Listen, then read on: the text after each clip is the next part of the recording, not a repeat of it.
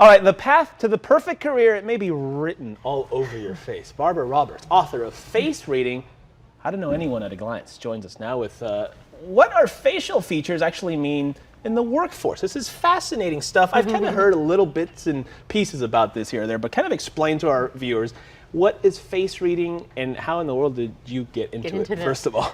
Well, to start with, my background is clinical medicine, Raul, at UCSD. I was co-winner of the Huey Millick Award for Research, so I have an analytical background, and then I applied this to face reading, which is a 2,000-year-old system, a psychological system, and then I went on to teach 350 classes for the Navy, Fortune 500, Wells Fargo. So it works. So I know that it works and it's accurate. Okay, so kind of explain, how does somebody's face actually show them what career path they should take? I guess. We're talking like the shape of it, not like whether you're like good looking or not good looking, right? We're actually talking like the shape of it. The shape of it. It's fascinating. There are thousands of facial features. We're matching, Raul, the facial feature to the psychological meaning, and there are thousands of these. I've looked at 6,000 people over my 25 years doing this. The accuracy rate's about 95%. And what we're looking at is, for people in a tough economic time, you want to make sure you're in the career you were born to do, because then not only will you be really happy, but you'll also do well financially. So you're saying that if somebody's struggling in a career, it's not working out for them, maybe they should reassess and perhaps they're in a completely different field. Well, it's all in your face. So the facial features will reveal who you really are. Okay, this is good stuff. Let's get to some examples. What do you say? Great. First of all, the career field of communications. All right. So we have the Dalai Lama here. Yes, and my book is the only one. It's on Amazon.com, the Face Reading, How to Know Anyone at a Glance. So the Dalai Lama has a lot of the career areas, like Dr. Phil, which are rounding in the forehead line, which is people, people, people. The very full cheeks usually is someone who has a lot of feeling and emotion, so they really enjoy listening to other people's feelings, working with them. And then the full mouth is loving, generous, and kind. So these are features for someone who really is happy in a communication job.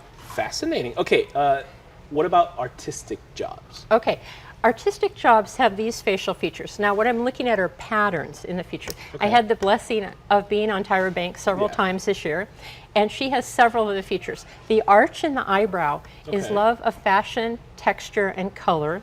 And then when she's pretty good looking. She's incredible. Plus, she's an incredible soul. So also, when the ears are very narrow and long, I taught a class at the Interior Design Center in San Diego, and 95 of the 100 people in the room had the same ear shape. And this is for interior design. Really? So this is the patterns of the facial features that match the career. So this is how I developed this over years. Is there sometimes a connection between a communications career and an artistic career? Because TYRA Banks, for example, artistic and communications. Exactly. So you have an overlay. I'm going through the basics, but check out my website, facereading1.com, and that'll really show the overlay of how they all fit together. Okay, let's talk about like the physical outdoor jobs. What kind of face are we talking about here? Okay, we've got Ernest Hemingway as an example, even though he was an author. Okay. For people who love physical jobs, they often have a very strong jaw structure, very thick hair, which is resilient, physical endurance, love of the outdoors. And then they also have one feature that is from the nose to the upper lip, there's often a vertical line, which is strong physical stamina. A vertical line, or like one of these like kind of thing? Yeah, you don't have it, but it's a vertical line that goes up and down. Yeah. So you're saying I don't have physical jobs and that kind of... You are correct.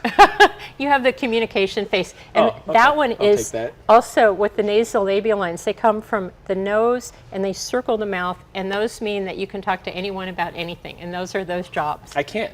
Yes, you can. To a certain degree, and then when you start getting deep, I don't know what we're talking about. Okay, so fireman, athlete, personal trainer, all those people fall under the physical and outdoor kind of fit. So and look they'll for be that happier. next time. You know, if you're doing what your inner gifts are, the career you're born to do, then you're happier doing it, and you have the energy you need, you have the money you need, so it works. Okay, the fourth example, we're talking about an analytical job, much like your own. So we're going to use you as an example. I'm going to use my face. So use yourself as an example here and explain what that's all about. So analytical jobs would be people, for example, who might do really well at computers, engineering, mechanical engineering, anything that deals with detail and precision, medical research.